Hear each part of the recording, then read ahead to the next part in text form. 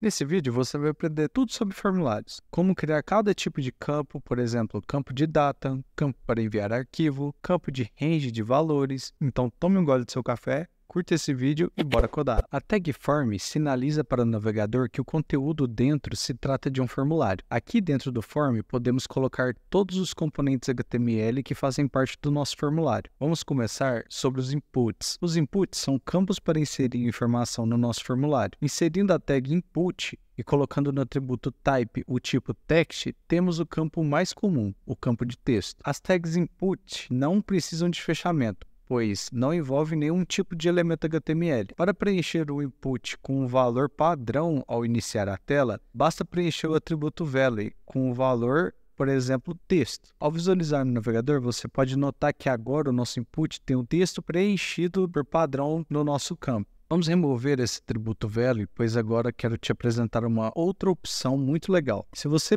colocar o atributo placeholder no seu input e preencher com o valor insira um texto, por exemplo, você vai notar que agora o nosso campo tem um texto cinza claro e some caso você preencha o campo. Esse atributo serve como se fosse um informativo para ficar dentro do seu campo enquanto ele não está preenchido. Nos inputs, é muito bom que você coloque o atributo name, pois esse atributo serve para quando o seu usuário clicar no botão submit e enviar esse formulário, o formulário captura as informações que estão dentro dele através dos inputs tem name. Então, vamos preencher o nosso input, o atributo name com o valor texto. Nesse nosso caso, quando o usuário preencher o nosso campo com Joaquina, por exemplo, e clicar no botão de enviar formulário, o form identifica que o campo com o name texto recebeu uma informação de Joaquina. E com isso, no JavaScript ou PHP, a gente consegue capturar essa informação e trabalhar para fazer alguma coisa. No nosso input, podemos colocar um label para informar qual campo é esse do nosso formulário. Para isso, vamos abrir e fechar a tag label e preencher com o nome 2 pontos. Nessa label, temos o atributo for, que serve para que a label saiba qual campo ele está se referindo. Então, vamos no nosso input, preencher o campo ID de identificador com nome e preencher o atributo for da nossa label com nome. Como pode notar, o for precisa do ID do campo que ele está se referenciando.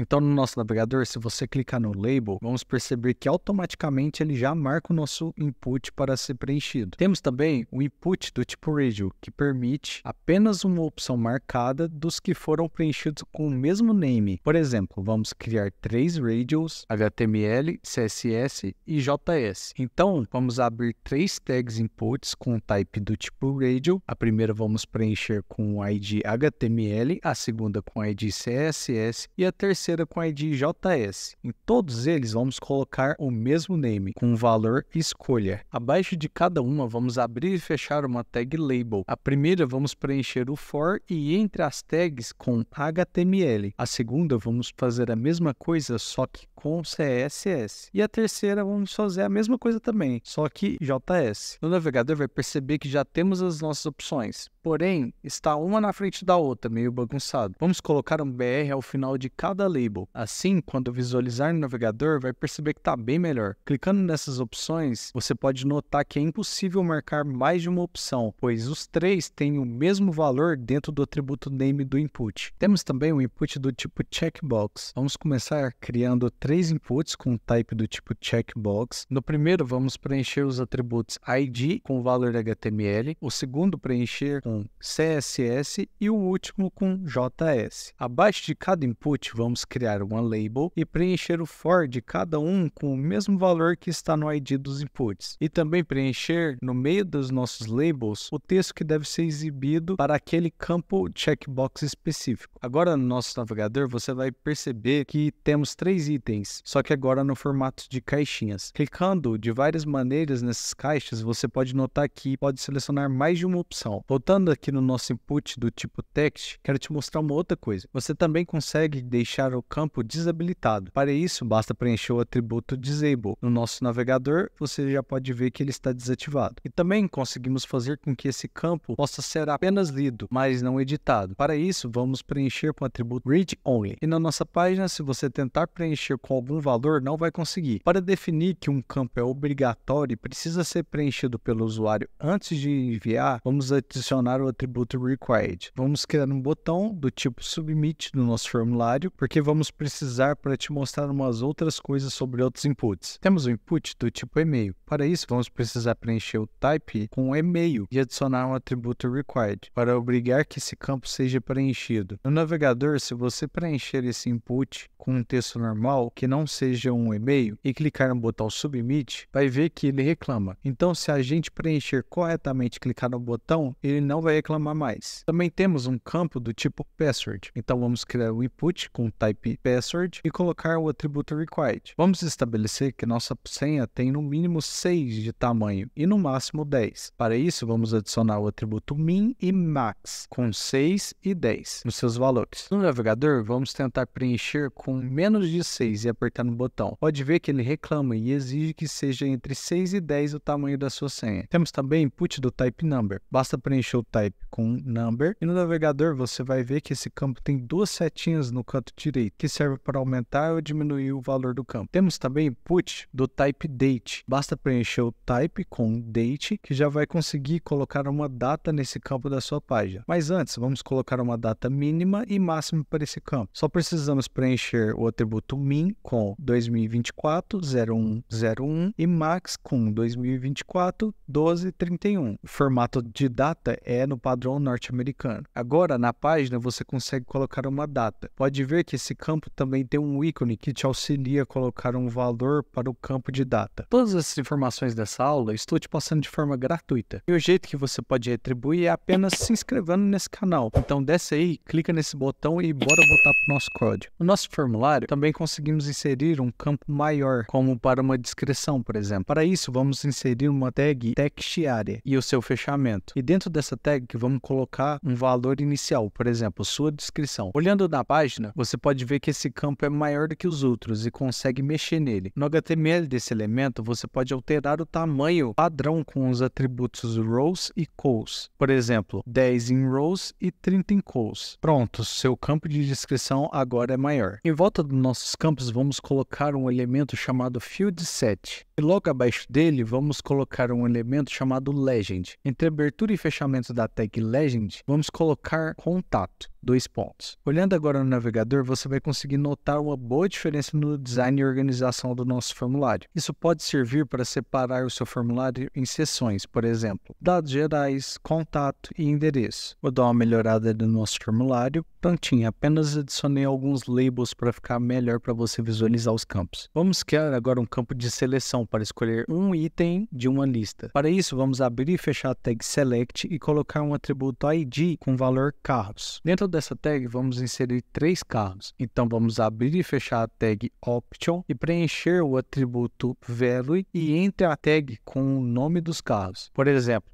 Civic, Vectra e Monza. Agora na nossa página você vai conseguir clicar no nosso campo e escolher entre um dos 3 carros que a gente inseriu. Nesse mesmo select vamos abrir e fechar a tag Opt Group e nessa tag vamos preencher o atributo dela chamado Label com versão Sport e colocar o elemento Civic dentro dela. Vamos criar outro Opt Group com Label versão comum e colocar o Vectra e o Monza dentro desse novo elemento que criamos. Olhando agora na nossa página, se você clicar nesse campo de seleção, vamos perceber que agora as nossas opções estão separadas em grupos, o que facilita o entendimento do usuário de quais opções são Sport. Também podemos criar um campo para enviar arquivo. Para isso, vamos criar um label com o texto envie um arquivo e preencher o atributo for com o arquivo. Abaixo desse label, vamos criar um input com o type file. Na nossa página, se você clicar nesse campo, vamos conseguir enviar um arquivo para esse campo armazenar. Para que a gente consiga enviar mais de um arquivo, vamos adicionar